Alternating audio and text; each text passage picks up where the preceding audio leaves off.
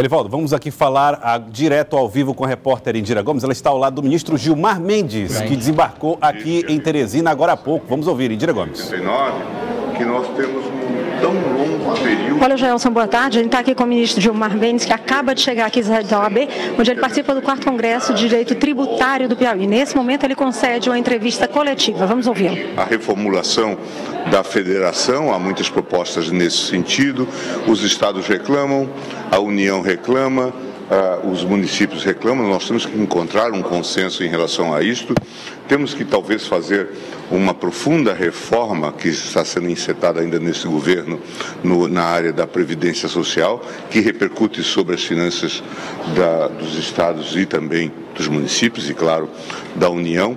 Mas eu tenho a impressão de que estamos construindo soluções, temos construído pontes com diálogo, com um esforço no sentido de uma superação. O Brasil cresceu nesses 30 anos, é a 8ª economia do mundo, gasta muito, não sobram recursos para investimento. Mas o sistema ainda é injusto, ministro? O sistema é injusto, o sistema tributário atual?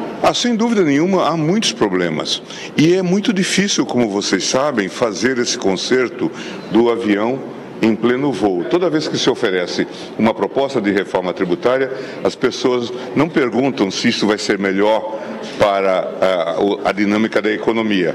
Cada ente, União, Estado e município, se pergunta quanto que eu vou perder. Né? Será que não vou perder receita de imediato? Por quê? Porque todos eles estão com suas despesas já programadas e contam com aquela receita. Então temos essa dificuldade. Qualquer reforma tributária, tal como acontece com a reforma política, ela tem que ter um espaço, um tempo para ela ser maturada, mas certamente nós vamos ter que discutir isso. Além do que, o mundo está em transformação, como vocês sabem.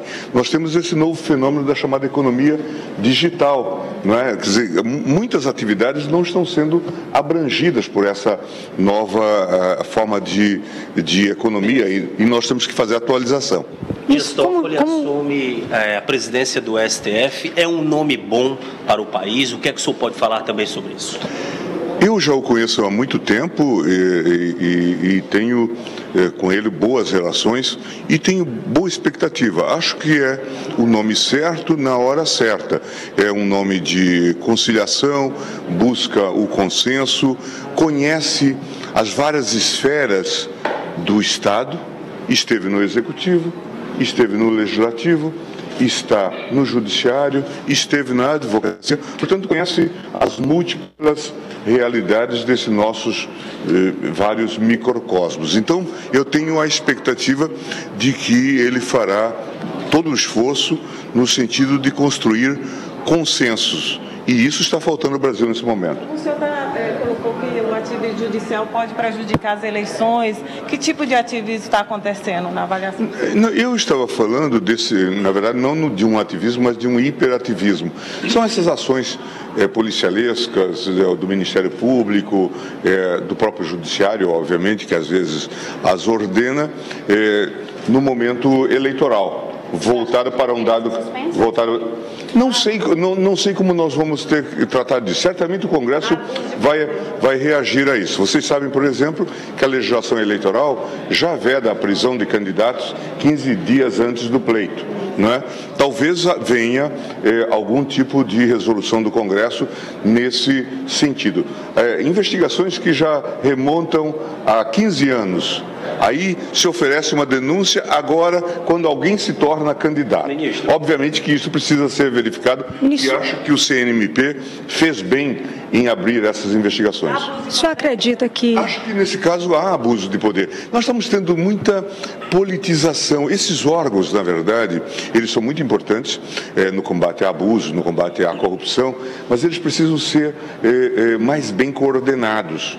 Né? Eles precisam de ter gente com mais experiência, né, para que não haja um certo assanhamento juvenil ao tratar de temas tão relevantes. Afinal, ao fim e ao cabo, eles acabam saindo desse processo desmoralizados. O judiciário hoje no Brasil vive a maior crise ou o maior embate de diálogos entre os representantes do FTS? Não. O Brasil vive uma crise. O judiciário não. O judiciário está vivendo os percalços normais de uma vida difícil. Nós temos 100 milhões de processos em tramitação no Brasil, alguma coisa em torno disso. 90 milhões, 97 milhões de processos. Veja, para 18 mil juízes. Portanto, a sociedade depende, em grande medida, dessas deliberações. 1/3 dessa massa é de processos fiscais. Portanto, execuções fiscais e coisas do tipo. E nós temos também um embate muito grande na esfera política. Nós sofremos aí, nesses anos últimos, um esvaziamento da classe política. Foi um acerto da Justiça Eleitoral manter o Lula fora das eleições? Não, isto não foi uma decisão da Justiça Eleitoral. A Justiça Eleitoral apenas chancelou aquilo que o legislador já estabeleceu em 2010. Se vocês olharem, acho que aí há até um equívoco. Quem aprovou essa lei foi uma grande maioria parlamentar incentivada pelo próprio PT, que estabeleceu a chamada Lei da Ficha Limpa e cujo núcleo básico diz: quem cometer crime contra a administração pública e for condenado em 2º grau está fora do processo eleitoral. Essa é a... Ministro, o ex-presidente Lula, na disputa eleitoral, ele foi correto, parte do judiciário? Na verdade, no momento em que ocorreu a condenação, isso tem ocorrido, vocês sabem, com muitos candidatos de muitos partidos. Não se trata de nada contra o presidente Lula especificamente. De modo que esse assunto, de fato, foi definido pela Justiça Eleitoral de maneira muito clara. Acredita que com a volta do presidente Dias Toffoli vai se levantar esse debate da questão da prisão em segunda instância? Não, esse é um tema que está em aberto entre nós e certamente vai ser rediscutido em algum momento.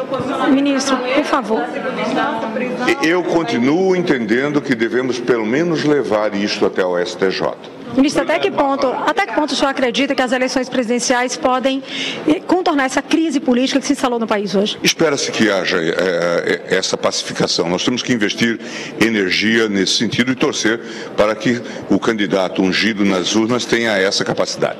Muito obrigada, então, ao ministro Gilmar Mendes, que veio a Teresina participar do 4º Congresso de Direito Tributário, que acontece desde ontem aqui na sede da OAB, e é uma promoção da Academia Piauiense de Direito Tributário em parceria com a Ordem dos Advogados do Brasil, secção Piauí. O evento vai até amanhã. Joelson. Obrigado, Indira Gomes, portanto, trazendo essa entrevista ao vivo aqui no Jornal do Piauí com o ministro Gilmar Mendes, falando ao vivo aí a repórter Indira Gomes. Muito obrigado, Indira, parabéns pelas informações que trouxe aí com o ministro Gilmar Mendes. Elivaldo Barbosa, que deixa claro que reforma tributária não é uma coisa fácil, que penaliza muitas vezes os municípios e os estados, como tem acontecido. Tem sido regra, infelizmente. E o otimismo com a indicação de Toffoli, agora com a eleição de Toffoli como presidente. Foi uma entrevista muito oportuna. O Jornal do Piauí exibe agora com o ministro Gilmar Mendes, ministro que tem uma postura até muitas vezes polêmica lá no plenário do Supremo Tribunal Federal, a Suprema Corte do Judiciário Brasileiro, e exatamente no momento de mudança na direção, no comando, com a posse ontem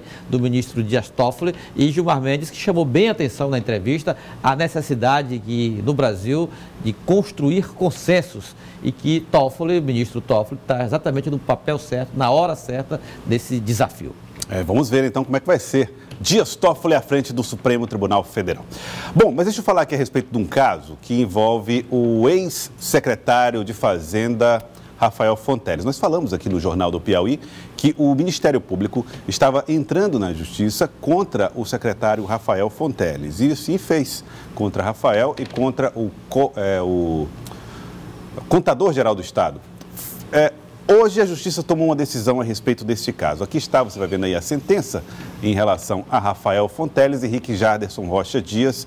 A sentença diz que em relação à ação de improbidade administrativa. E a conclusão do juiz em relação a essa denúncia contra Rafael Fonteles é de extinção do processo nos termos do artigo 17, parágrafo 8º da lei, por não reconhecer a existência de ato de improbidade administrativa na conduta dos réus, sem custas nem honorários advocatícios, já que o autor da ação é o Ministério Público. E assim, Elivaldo Barbosa, a Justiça diz, em sua primeira instância, dos feitos da Fazenda, que Rafael Fonteles e Rick Jaderson não cometeram nenhum tipo de ilicitude no que diz respeito à questão dos repasses do dinheiro do IASP, que era descontado na folha de pagamento para ser repassado para o Instituto e que, segundo o Ministério Público, não era repassado. Depois, Rafael Fonteles liberou uma nota dizendo que sim, que foi feito o pagamento posterior desses valores e que não há dívidas.